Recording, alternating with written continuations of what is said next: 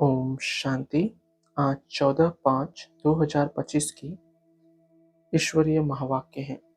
आज की मुरली का सार है, मीठे बच्चे, अभी तुम संगम पर हो।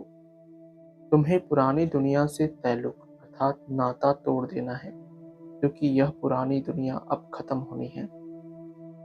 प्रश्न: संगम की कौन सी विशेषता सारे कल्प से न्यारी है? उत्तर: संगम की ही विशेषता है, पढ़ते यहाँ हो, प्रारब्ध भविष्य में पाते हो। सारे कल्प में ऐसी पढ़ाई नहीं पढ़ाई जाती जिसकी प्रारब्ध दूसरे जन्म में मिले। अभी तुम बच्चे मृत्युलोक में पढ़ रहे हो, अमरलोक के लिए, और कोई दूसरे जन्म के लिए पढ़ता नहीं। आज की मुरली से मुख्य पॉइंट: बाबा कहते, अभी तुम बच्चे संगम पर हो, ना इस तरफ ना उस तरफ हो। अपने को संगम पर समझना चाहिए। हमारा उस तरफ ताल्लुक नहीं है।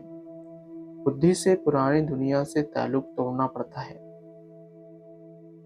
अगला, बाबा कहते, बाप आया हुआ है, उनको खिवैया भी कहते हैं।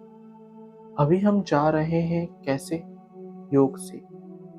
योग के लिए भी ज्ञान है, ज्ञान के लिए भी ज्ञान है। योग के लिए समझाया जाता है, अपने को आत्मा समझो, फिर बाप को याद करो। यह भी ज्ञान है ना?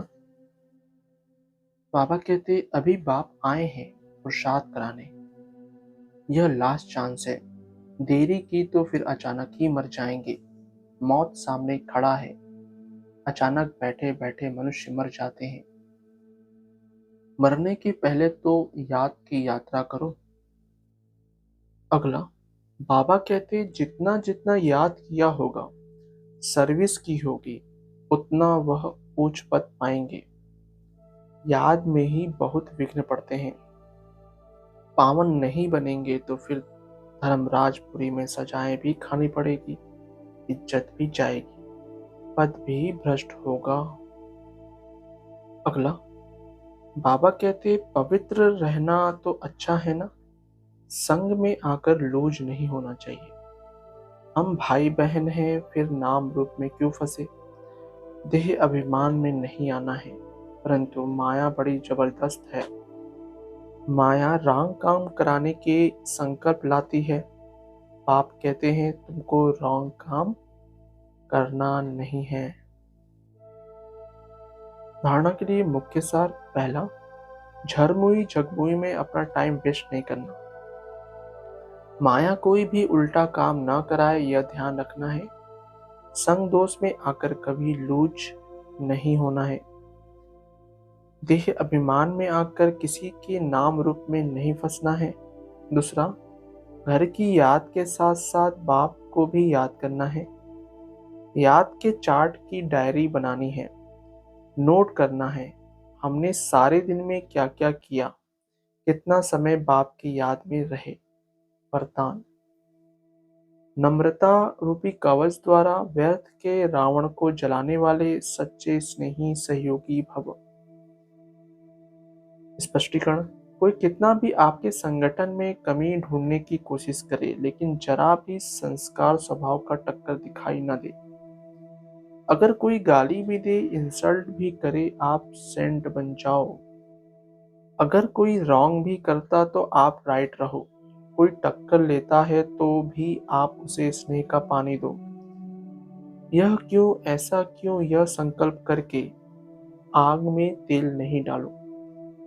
नम्रता कवच पहनकर रहो। जहाँ नम्रता होगी वहाँ स्नेह और सहयोगी भी अवश्य होगा। स्लोगन: मेरेपन की अनेक हद की भावनाएं एक मेरा बाबा में समा दो। मेरेपन की अनेक हद की भावनाएं एक मेरे बाबा में समा दो। अव्यक्त इशारे: रूहानी रॉयल्टी और प्योरिटी की पर्सनालिटी धारण करो। रूहानी रॉयल्टी का फाउंडेशन संपूर्ण पवित्रता है। तो अपने से पूछो कि रूहानी रॉयल्टी की झलक और फलक आपके रूप व चरित्र से हर एक को अनुभव होती है। नॉलेज के दर्पण में अपने को देखो कि मेरे चेहरे पर चलन में वह रूहानी रॉयल्टी दिखाई देती है या साधारण चलन और चेहरा दिखाई देता है? अच्छा, ओम शांति मीठे बाप दादा। ओम शांति सर्वस्व ब्राह्मण परिवार। ओम शांति।